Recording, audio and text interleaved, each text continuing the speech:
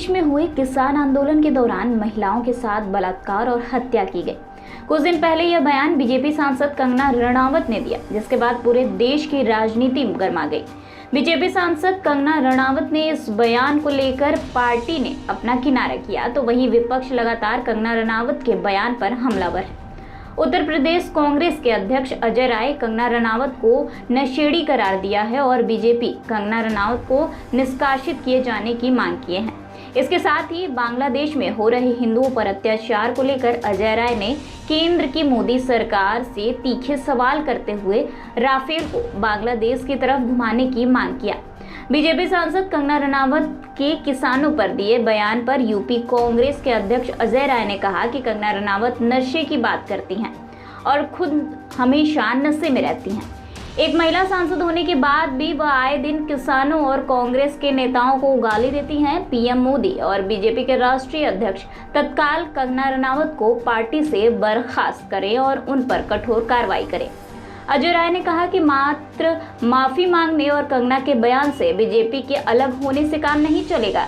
यदि वाकई बीजेपी किसानों पर दिए कंगना के बयान के साथ नहीं है तो उन्हें पार्टी से निष्कासित किया जाए। बांग्लादेश में सत्ता परिवर्तन और हिंदुओं पर हो रहे अत्याचार को लेकर अजय राय ने बीजेपी और आरएसएस पर अराजकता फैलाने का आरोप लगाया। अजय राय ने कहा कि विगत दिनों बांग्लादेश के खिलाफ बनारस में बीजेपी और आरएसएस के लोगों द्वारा रैली निकाली गई और अराजकता फैलाई गई। अजय राय ने केंद्र सरकार से पूछा कि बांग्लादेश के पूर्व सीएम शेख हसीना कहां है, यह देश को बताया जाए। केंद्र सरकार ने राफेल खरीदा है और दावा करती है कि चीन और पाकिस्तान इससे डरेगा। ऐसे में जब पड़ोसी देश बांग्लादेश में हिंदुओं पर अत्याचार हो रहा है तो राफेल का मुंह बांग्लादेश की तरफ घुमाया जाए। बीजेपी हिंदुत्व की बात करती है। बांग्लादेश में हिंदुओं पर अत्याचार हुआ है तो कितने बांग्लादेशी हिंदुओं को शरण दिया गया है और कितने शरणार्थी शिविर बनाए गए, यह देश को बताना चाहिए। नाम से एक रिसर्च सेंटर चल रहा था गंगा जी के बीएचयू के अंदर, उसको बंद कर दिया है। जो माँ गंगा के उस पर रिसर्च करता था और नई नई चीज़ों की जानकारी देता था और तमाम उसमें जो कमियां थी वो बताता था। अब उस संस्था को ही बंद कर दो ताकि कोई कभी पता ही नहीं चले। गंगा पुत्र बनकर आए थे और माँ गंगा की संस्थाओं को बंद कर दिया।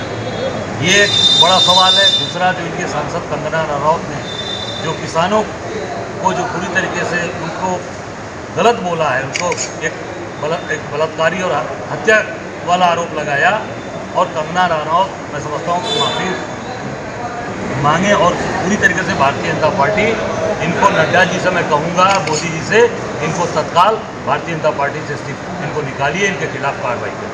कंगना रणावत खुद एक अभिनेत्री है, उसके बावजूद ऐसा बयान दे रही है, क्या कहेंगे? नहीं, पूरी तरीके से वो नशे में रहती है, वो नशे में हमेशा रहती है और नशे की वजह से ही आज अब किसान भाइयों को, हमारे भाइयों को, हमारे पूर्वजों को, जो मैं उसी किसान परिवार से आता हूँ और हमारे परिवार को और हमारे लोगों को उन्होंने गाली दिया। निश्चित तौर से माफ़ी मांगे और भारतीय जनता पार्टी को निष्कासित करें। आगे उपचुनाव आने वाले हैं, कैसी तैयारी है कांग्रेस की तरफ? बिल्कुल, हम लोग मिलकर लड़ेंगे और 10 की 10 डंकी की चोट पर जीतेंगे।